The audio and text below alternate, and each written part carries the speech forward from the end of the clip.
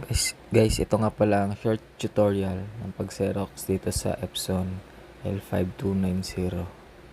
So first, yung isa-Xerox nyo ay ilagay nyo sa ibabaw. Dapat nakalapat siyang maigi. And then, tignan nyo sa screen, hanapin nyo yung copy. Yan. After pag nakita nyo na yung copy, click nyo yung okay. And then pili kayo dyan color or black and white. And then next, ilang pieces. So isang piraso lang naman sa Xerox natin.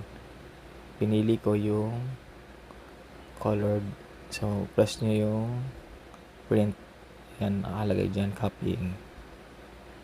Yan, dire-diretso lang siya.